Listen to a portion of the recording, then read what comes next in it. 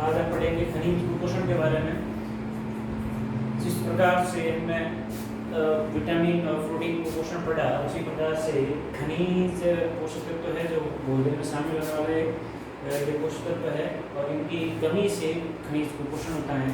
विभिन्न प्रकार के खनिज है वो हमारे भोजन में शामिल होते हैं और इन जो खनिज है, विभिन्न प्रकार के खनिज, इनकी एक या सभी मतलब इनमें से कुछ खनिजों की कमी से विभिन्न प्रकार के रोग हो सकते हैं।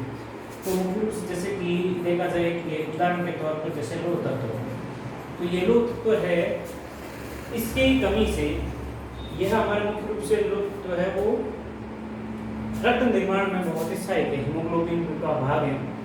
अगर इस तत्व की कमी हो तो हमारे शरीर में रक्त अल्पता, हिंदी में तो क्या है, रक्त अल्पता या एनीमिया रोग हो जाता है। कौन सा रोग हो जाता है? एनीमिया रोग हो जाता है, जिसमें क्या है, व्यक्ति के शरीर में खून की कमी आ जाती है। तो इसमें अलग आपके लेसन में या अध्याय में एक सारणी दी हुई है, जिसमें सारणी के अकॉर्डिंग हम पढ़ेंगे। तो इसमें अलग अलग तत्व है, तत्व के नाम दिए गए हैं, तत्व का नाम, फिर उसका स्रोत, वो तत्व कहाँ से प्राप्त होता है, फिर उसका कार्य, शरीर में उसका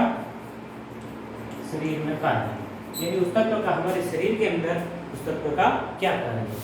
तो इसमें सबसे पहले पहला तत्व है जैसे कि सोडियम। सोडियम तत्व है, यह मुख्य रूप से हमें नमक से प्राप्त होता है, क्योंकि हमने नमक का सूत्र क्या होता है, NaCl, यानी इसमें कौन सा मौजूद है तत्व? सोडियम। नमक से, और सोडियम जैसे कि दूध में और मांस इत्यादि में सोडियम तत्व पाया जाता है। और इस तत्व से हमारे शरीर के अंदर मांसपेशियां एवं तंत्रिकाएं, तंत्रिके आवेश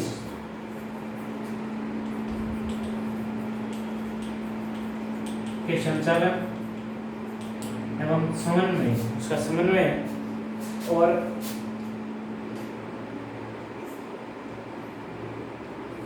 शरीर विद्युत अपघटन एवं संचालन में इसका कार्य होता है। यानी सोडियम हमारे शरीर के अंदर मांसपेशियों के अंदर और तंत्रिका आवेग, यानी तंत्रिकाओं का आवेग का संचालन में और शरीर के विद्युत अपघटन और संचालन में इसका कार्य होता है। अब दूसरा तत्व होता है पोटेशियम। दूसरा तत्व कौन सा है? पोटेशियम। पोटेशियम तत्व है, ये दूध, मांस, मछली इत्यादि में से हमें प्राप्त होता है, इसके स्रोत है। और इसका भी कार्य है वो मांसपेशियों, तंत्रिकाओं, आवेश के संचालन, शरीर के विद्युत अपघटन और संचालन, ये इन दोनों का कार्य सेम है। पोटेशियम और सोडियम दोनों का कार्य शरीर के अंदर समान है। Next calcium. कैल्शियम ये मुख्य रूप से हम दूध, मांस, अंडे आदि से हमें ये प्राप्त होता है। कैल्शियम है मुख्य रूप से दूध, मांस, अंडे आदि इत्यादि से हमें प्राप्त होता है। इससे हमारे शरीर की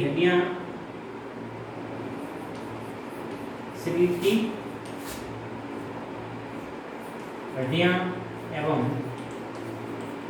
दांत मजबूत होते हैं।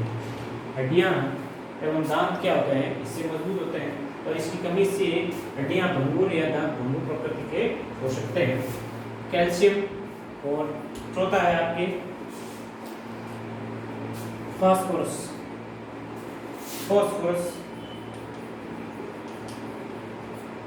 फास्फोरस पोषक तत्व है, ये भी दूध है, मांस, हरी सब्जियां इत्यादि में ये मिलता है फॉस्फोरस। और यह भी शरीर के अंदर विटामिन, ये है जो कैल्शियम है, ये विटामिन डी के साथ में कार्य करता है। सॉरी, किसके साथ में? विटामिन डी के साथ मिलकर के शरीर की हड्डियां और पत्तों को मजबूत करता है। ठीक इसी प्रकार फॉस्फोरस भी इस कैल्शियम के साथ मिलकर के, किसके साथ में? कैल्शियम के साथ मिलकर हड्डियां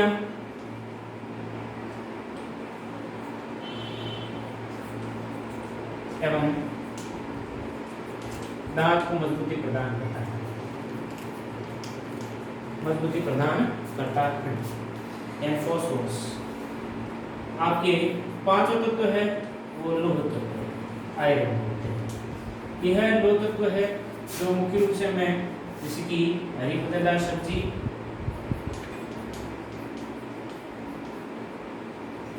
से गुड़ इत्यादि से हमें यह लौह तत्व प्राप्त होता है। और इससे रक्त का निर्माण होता है। रक्त में हीमोग्लोबिन, रक्त में कौन से किसका? हीमोग्लोबिन का निर्माण करता है, हीमोग्लोबिन का निर्माण करता है। नेक्स्ट छठा जो पोषक तत्व है इसमें मुख्य रूप से वो है आयोडीन।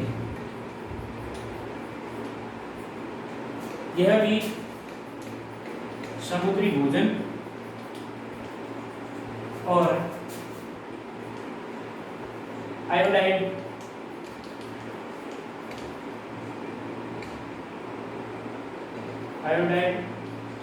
नमक, आयोडीन युक्त नमक से हमें प्राप्त होता है। इससे थायराइड ग्रंथि, यह तत्व है थायराइड ग्रंथि में थायरोक्सिन हार्मोन के निर्माण को प्रेरित या फिर सहायक सिद्ध होती है। तो इसमें हमने खनिज कुपोषण है, अगर ये पोषक तत्व है तो ये हमारे शरीर में इनका ये कार्य है, और इसकी कमी से ये जो कार्य हैं ये संपन्न नहीं हो पाते हैं। जैसे कि सोडियम का जो स्रोत है नमक, दूध, मांस, इनसे ये प्राप्त होता है। शरीर में इसका कार्य है मांसपेशियों तंत्रिका आवेश के संचालन, यानी हमारे मांसपेशियां हैं इनकी, और फिर शरीर के अंदर तंत्रिका आवेश है, एक जगह से दूसरी जगह यानी शरीर के किसी अंग से मस्तिष्क तक का संचालन इसके माध्यम से होता है। शरीर के विद्युत अपघटन, यानी शरीर के अंदर विद्युत अपघटन है या फिर उसका संचालन है सोडियम तत्व की सहभागिता से होता है। दूसरा है खनिज तत्व है वो पोटेशियम। ये पोटेशियम भी दूध, मांस, मछली, अंडे इत्यादि में उपस्थित होता है, और इसका भी कार्य लगभग इन सोडियम के जैसा ही है कि यह मांसपेशी और तंत्रिकाओं के आवेशों के संचालक है और शरीर के विद्युत अपघटन में कार्य सहायक है। कैल्शियम मुख्य रूप से हम छोटे बच्चे होते हैं उनको कहते हैं कि ज़्यादातर दूध पिलाएं ताकि उनकी हड्डियां मजबूत हो, क्योंकि दूध के अंदर क्या मौजूद होता है? कैल्शियम तत्व है। ये दूध, मांस, अंडे में मौजूद होता है। ये विटामिन डी के साथ मिलकर के शरीर की हड्डियां एवं दांतों को मजबूत करने का कार्य करता है। अगर यह भोजन में शामिल नहीं होता है तो उस व्यक्ति की हड्डियां भंगुर प्रकृति की यानी आसानी से टूट जाती हैं। फॉस्फोरस यानी हड्डियां कमजोर होती हैं। फॉस्फोरस जो कि दूध, मांस, हरी सब्जियों के में शामिल होने वाला जो तत्व है यानी इसका स्रोत है ये, और यह कैल्शियम की, यह किसके साथ में? फॉस्फोरस है वो कैल्शियम के साथ मिलकर के हड्डियां और दांतों को मजबूत करने का कार्य करता है। लौह तत्व है और ये हरी पत्तेदार सब्जियां हैं, गुड़ आदि में आदि स्रोतों से प्राप्त होता है। इसमें रक्त में हीमोग्लोबिन के निर्माण में ये सहायक हैं। आयोडीन ये समुद्री भोजन और आयोडीन नमक से प्राप्त होता है, और यह हमारे शरीर के अंदर थायराइड ग्रंथि से थायरोक्सिन हार्मोन निर्माण में सहायक ये तत्व है वो। अगर आयोडीन नहीं होता है तो थायराइड ग्रंथि से थायरोक्सिन हार्मोन का निर्माण संभव नहीं है, और इसकी कमी से आपने सुना होगा गलगट रोग यानी गला सूजकर नीचे की तरफ लटक जाता है, थायराइड हार्मोन और लोह तत्व की कमी हो तो रक्त में हीमोग्लोबिन का निर्माण संभव नहीं होता है, नहीं बनता है, जिसके कारण से एनीमिया रक्तहीनता की रक्त अल्पता का रोग हो सकता है। इसी के साथ हमारे जो फर्स्ट चैप्टर है, फर्स्ट जो टॉपिक है फूड और इसका जो कुपोषण यानी मेल न्यूट्रिशन, जो कुपोषण है वो तीनों प्रकार के कुपोषण हम क्लियर कर चुके हैं। नेक्स्ट जो इस पार्ट का दूसरा हिस्सा है जो ह्यूमन हेल्थ है, इसको हम आगे शुरू करने जा रहे हैं। ह्यूमन हेल्थ यानी मानव स्वास्थ्य। मानव स्वास्थ्य में सबसे पहला इसमें टॉपिक शुरू होगा पेयजल यानी पानी जो पीते हैं वो पानी कैसा होना चाहिए, उसके क्या क्या गुण होते हैं, अगर कोई दूषित जल है तो दूषित जल के क्या कुप्रभाव पड़ते हैं शरीर के ऊपर, उसके बारे में पढ़ेंगे। तो ह्यूमन हेल्थ,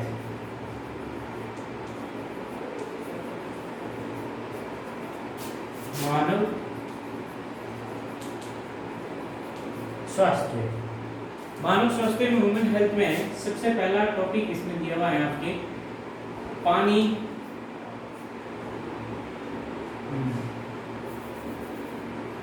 पीने योग्य पानी के गुण एवं दूषित जल के दुष्प्रभाव। प्रॉपर्टीज ऑफ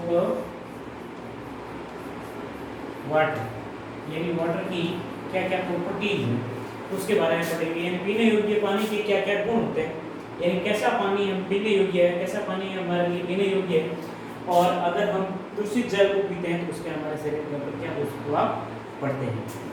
तो सबसे पहले पीने योग्य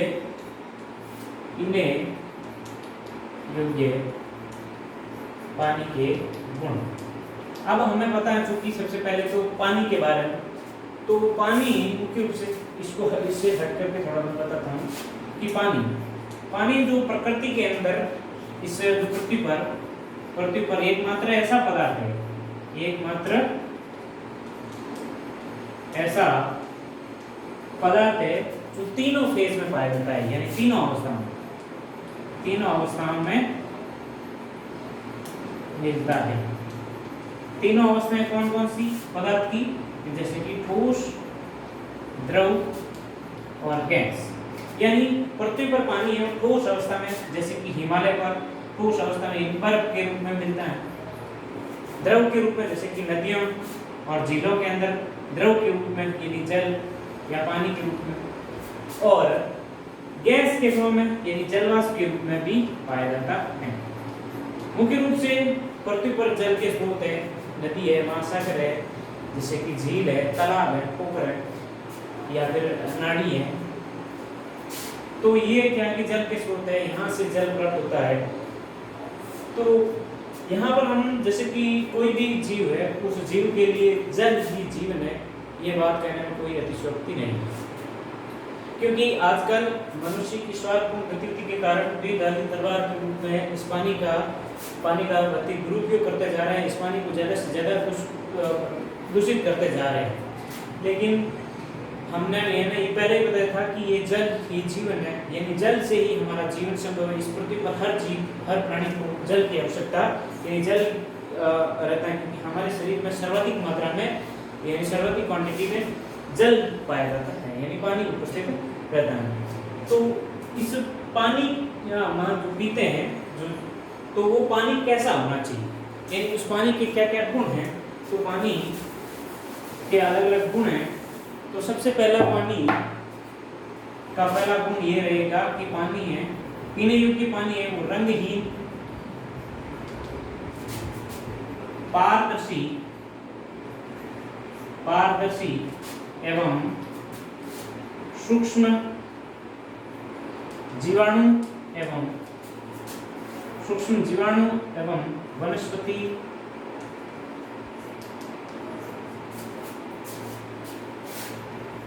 रहित होना चाहिए। वनस्पति रहित होना चाहिए। यानी जो हम पानी पीते हैं वो पानी कैसा होना चाहिए? रंगहीन। अगर वो दूषित होगा तो उसका रंग हीन में आकर के कुछ अलग रंग होगा। पारदर्शी यानी उस वो पूरा का पूरा ट्रांसपेरेंट होना चाहिए, एक दूसरे में दिखाई दे। सूक्ष्म जीवाणु और उसके अंदर किसी भी प्रकार के आंखों से दिखने वाले और आंखों से नहीं दिखने वाले सूक्ष्म जीवाणु और वनस्पति के रहित होना चाहिए। यानी ये कुछ भी या सूक्ष्म जीवाणु या वनस्पति उसके अंदर मौजूद नहीं होनी चाहिए, क्योंकि वो हमारे शरीर के ऊपर हानिकारक या प्रतिकूल प्रभाव डाल सकती है। दूसरा, जो पीने योग्य पानी है उसकी पीएच संतुलित होनी चाहिए। कैसी होनी चाहिए? संतुलित होनी चाहिए।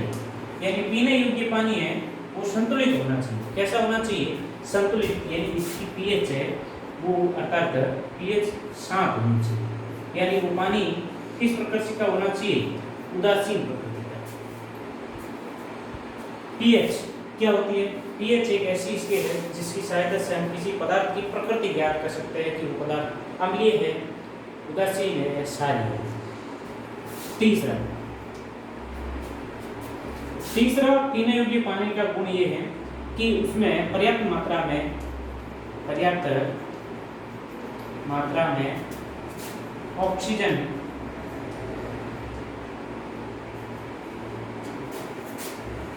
घुली। यानी पीने योग्य पानी के अंदर पर्याप्त मात्रा में ऑक्सीजन उपस्थित हो। अगर ऐसा पानी जिसमें पर्याप्त मात्रा में ऑक्सीजन नहीं हो वो पीने योग्य नहीं रहता। तो ये है जो पीने योग्य पानी के गुण है। पहला, रंगहीन या पारदर्शी सूक्ष्म जीवाणु वनस्पति से रहित होना चाहिए। दूसरी, पीएच संतुलित होना चाहिए। और तीसरा, मुख्य रूप से यही गुण है इसके पर्याप्त मात्रा में ऑक्सीजन, उसकी घुली हुई ऑक्सीजन हो। अब जो हम पीने योग्य पानी है ऐसा शुद्ध पानी पिएंगे तो इस पानी का हमारे क्या महत्व है? हमारे शरीर में इसका महत्व क्या है? जल का हमारे शरीर में क्या महत्व है? तो जल से हमारे शरीर में विभिन्न उपापचय क्रियाएं संपन्न होती है। जल से हमारा क्या है? पानी से शरीर में विभिन्न उपापचय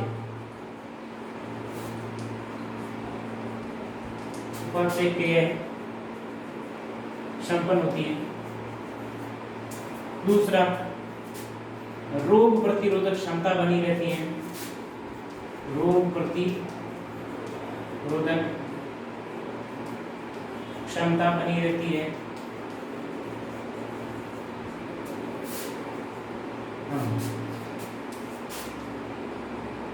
शरीर चुस्त एवं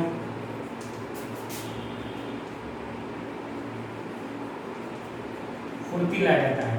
यानी हम एवं जैसे पीने योग्य पानी यानी इन गुणों से युक्त पानी पिएंगे तो वो पानी, उस पानी के पीने से हमारे शरीर के अंदर उपापचय क्रिया है, जो पाचन मेटाबॉलिक क्रिया है, वो सारी की सारी अच्छे तरीके से संपन्न होगी। हमारे शरीर के अंदर रोग प्रतिरोधक क्षमता बनी रहेगी, जिसके कारण हमारे शरीर में किसी भी प्रकार की बीमारी नहीं होगी और शरीर के अंदर, हमारे शरीर के अंदर चुस्ती रहेगी और शरीर हमारा फुर्तीला रहेगा। नहीं तो जैसे कि हम दूषित जल पिएंगे तो इसके दुष्प्रभाव क्या होते हैं? तो दुष्प्रभाव को हम आगे पढ़ते हैं।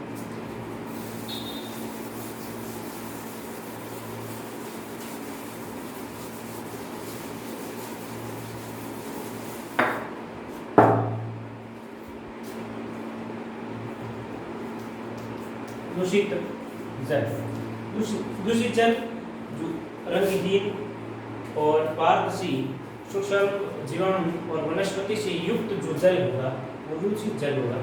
और उस दूषित जल में बहुत सारे सूक्ष्म जीव या जीवाणु, सूक्ष्म जीव उपस्थित होते हैं।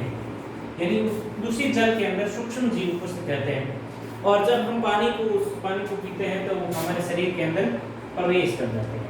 वो क्या कर जाते हैं? प्रवेश कर जाते हैं। और यह प्रवेश करने वाले जीव कौन से? ये विषाणु, जीवाणु, प्रोटोजोआ या वह कृमि आदि हो सकते हैं। यानी जो हम दूषित जल सूक्ष्म जीव उपस्थित रहता है, यानी दूषित जल पीने से हमारे शरीर के अंदर विषाणु, जीवाणु, प्रोटोजोआ या कृमि आदि हमारे शरीर के अंदर प्रवेश कर जाते हैं और इनसे भयानक बीमारियां होती है, जैसे जीवाणु के द्वारा हैजा,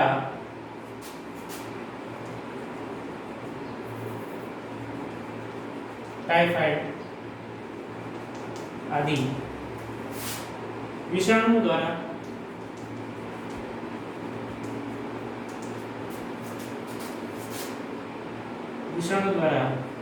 पीलिया,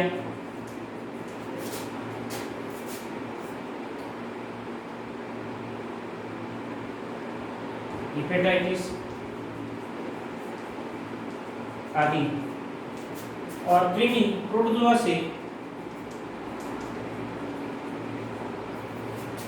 प्रोटोजोआ के द्वारा अमीबियासिस, पैचिस आदि, ये वायरल संक्रमण के कारण पीलिया, हेपेटाइटिस है, इस प्रकार की बीमारियां हो जाती हैं। प्रोटोजोआ इनके कारण अमीबियासिस और पैचिस जैसे रोग हो सकते हैं। और कृमि के द्वारा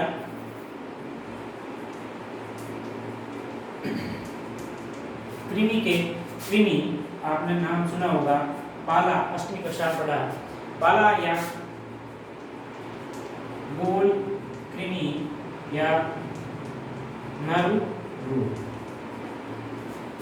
ये दूषित जल में सूक्ष्म जीव मौजूद होते हैं और ये सूक्ष्म जीव हमारे शरीर के अंदर प्रवेश कर जाता है। प्रवेश करने वाले जीव विषाणु, जीवाणु या प्रोटोजोआ, कृमि हो सकते हैं और इन जीवाणुओं या विषाणुओं या प्रोटोजोआ या कृमि के द्वारा हमारे शरीर के अंदर विभिन्न प्रकार के रोग होते हैं जो आपके सामने हैं।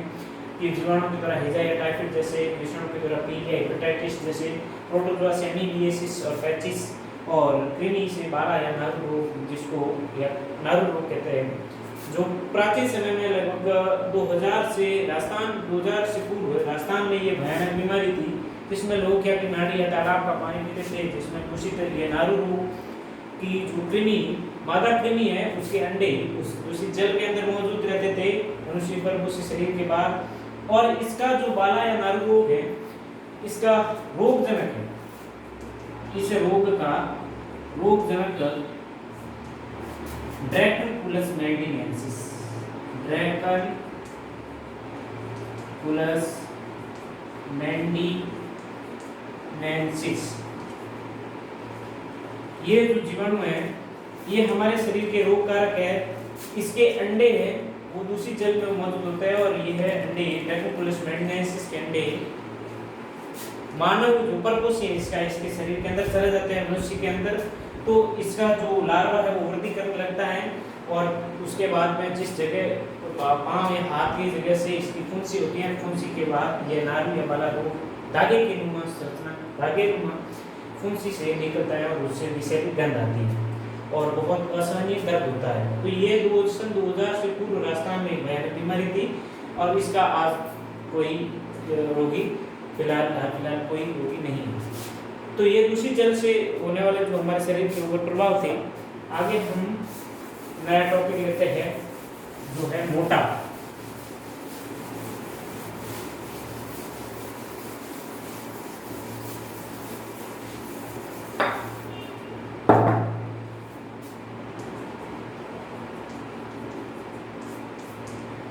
मोटापा, ओबेसिटी, इंग्लिश में कहे तो ओबेसिटी।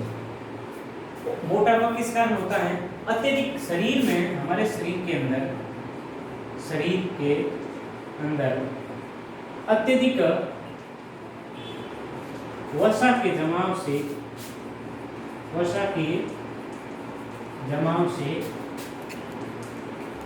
मोटापा होता है। क्या होता है? मोटापा होता है। यानी मानव शरीर के अंदर अत्यधिक वसा, किसका जमाव? अत्यधिक वसा के जमाव से मोटापा होता है, ओबेसिटी, जिसके कारण शरीर है वो बहुत ही मोटा हो जाता है, बेडोल मोटापा हो जाता है। अब इसका मोटापा किसी व्यक्ति में अगर किसी व्यक्ति के अंदर मोटापा है या नहीं, मोटापा है या नहीं, तो इसका पता लगाने के लिए एक बॉडी मास इंडेक्स यानी बॉडी मास इंडेक्स शरीर भार सूचकांक के द्वारा हम किसी व्यक्ति में मोटापा है या नहीं इसका हम पता लगा सकते हैं। इस बॉडी मास यानी BMI, जिसको हिंदी में कहते हैं शरीर भार सूचकांक, बॉडी यानी शरीर, मास भार इंडेक्स यानी सूचकांक। इस जो शरीर भार सूचकांक है BMI की सहायता से हम किसी व्यक्ति में मोटापा है या नहीं इसका पता कर सकते हैं। तो BMI में किसी व्यक्ति की BMI में किसी व्यक्ति के भार, किग्राम तथा लंबाई मीटर स्क्वायर में के अनुपात को BMI कहते हैं। यानी BMI किसे कहते हैं? किसी व्यक्ति के भार, यानी कोई व्यक्ति का जैसे कि भार है 1 kilo, 2 kilo, 4 kilo, 5 kilo, 50 kilo और उसकी लंबाई के अनुपात को हम क्या कहते हैं? BMI। अब जब हम BMI ज्ञात करते हैं, जैसे कि BMI का सूत्र क्या? BMI बराबर व्यक्ति का भार किसमें होना चाहिए? किग्रा में, बटा व्यक्ति की लंबाई होनी चाहिए मीटर स्क्वायर। BMI भार और किग्रा, भार और लंबाई के अनुपात से हम किसी व्यक्ति के मोटापे की स्थिति ज्ञात कर सकते हैं। अगर हमने इस प्रकार से भार और लंबाई का अनुपात निकाला और किसी व्यक्ति का BMI, किसी व्यक्ति की BMI, ध्यान से सुनना, अगर किसी व्यक्ति की BMI 30 कैलोरी यानी किग्रा मीटर स्क्वायर से अधिक हो, या तो 30 किग्रा मीटर स्क्वायर हो या इससे अधिक हो, तो इसे मोटापे की स्थिति कहा जाता है। मोटापे की स्थिति यानी अगर कोई व्यक्ति का 30 किग्रा मीटर स्क्वायर BMI है तो वो व्यक्ति मोटापा है, उस व्यक्ति में क्या है? मोटापा। अगर कोई व्यक्ति है जिसकी BMI 25 किग्रा मीटर स्क्वायर के आसपास है तो उसकी मोटापा पूर्व स्थिति है, यानी इससे और अधिक बढ़ा तो वो मोटापा की श्रेणी में गिना जाएगा। इससे इस प्रकार से समझ सकते हैं कि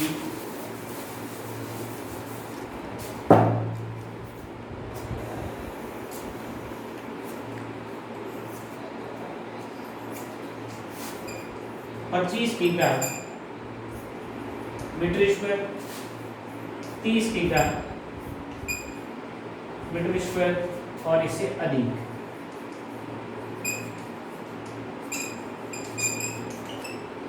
अगर जब कोई व्यक्ति 25 किग्रा मीटर स्क्वायर के BMI पे हो तो व्यक्ति मोटापा पूर्व स्थिति है। उस व्यक्ति की क्या है? मोटापा पूर्व स्थिति। 30 किग्रा मीटर स्क्वायर BMI हो, BMI अगर बॉडी मास इंडेक्स 30 किग्रा मीटर स्क्वायर हो तब मोटापा, उस व्यक्ति में मोटापा, और इससे अधिक हो तो मोटापा बढ़ रहा है। अब मोटापा बढ़ने से कौन कौन से रोग होते हैं उसके बारे में पढ़ेंगे।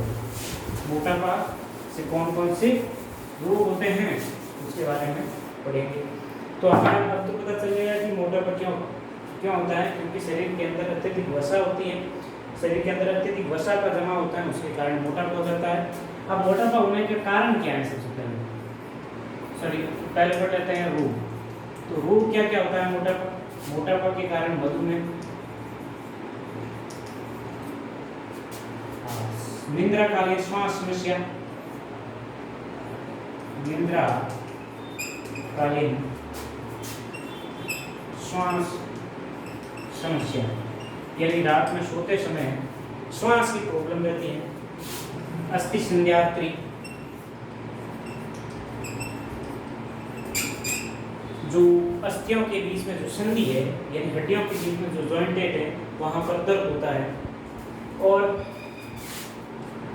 हृदय संबंधी विभिन्न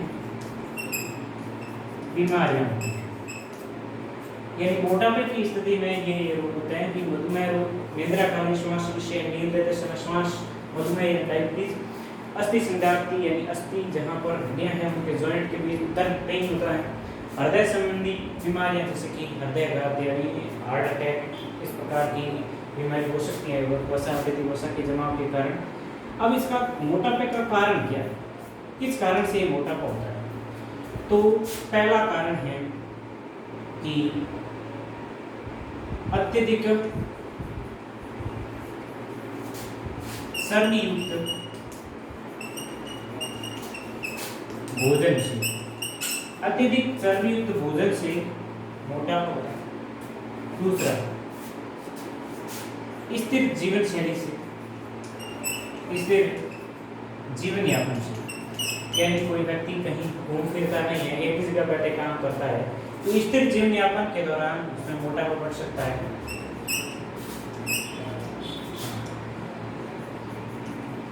भोजन के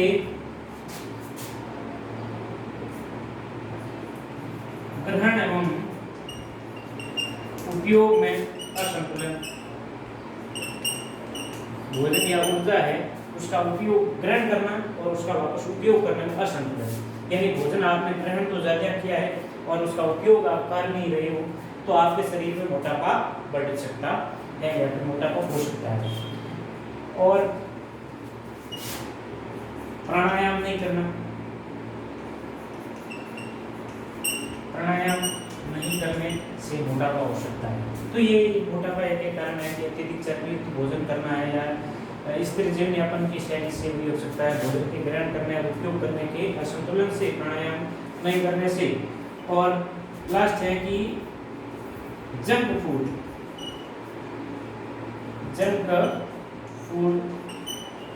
के सेवन से भी मोटापा हो सकता है। जैसे कि आजकल जो चाइनीज आइटम है, ज़्यादातर चाउमीन है, बर्गर है, ये जंक फूड की श्रेणी में आते हैं, तो इनके सेवन से भी मोटापा बढ़ सकता है, क्योंकि इसमें अत्यधिक वसा होती है, बहुत ज़्यादा वसा होती है। तो इसी के साथ ये मोटापे का जो टॉपिक है वो खत्म हो चुका है।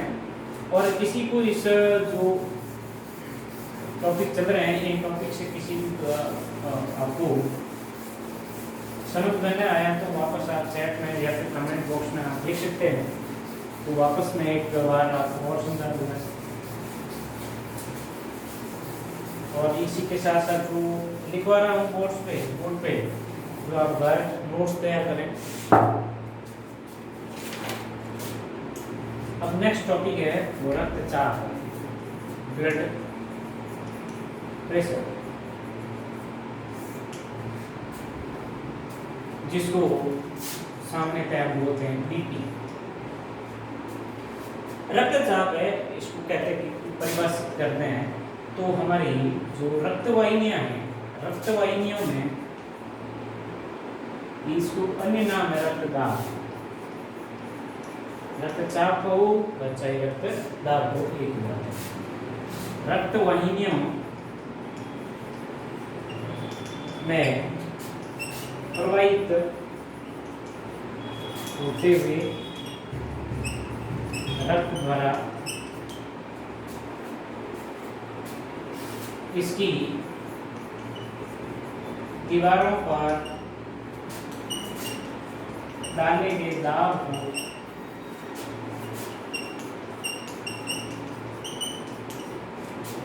रक्तदाब कहते हैं।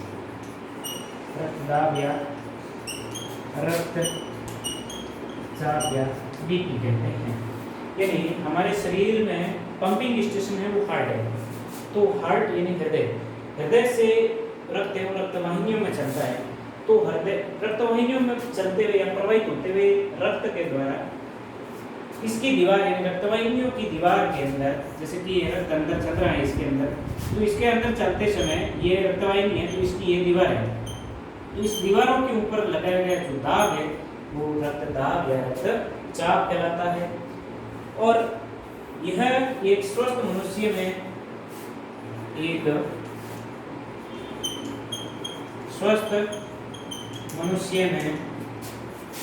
रक्तचाप 120/80 मिलीमीटर होता है।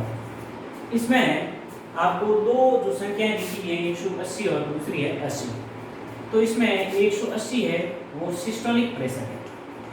कौन सा है? सिस्टोलिक रक्तचाप।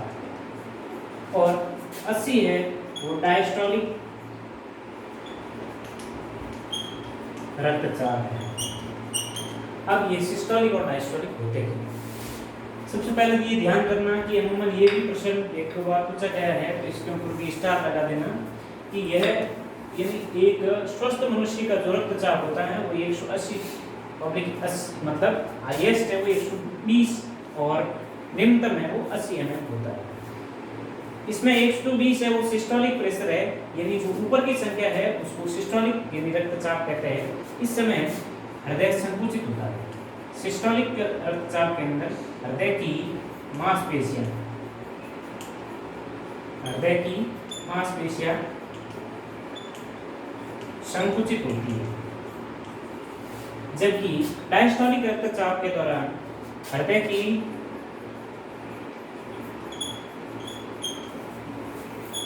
मांसपेशियां पुनः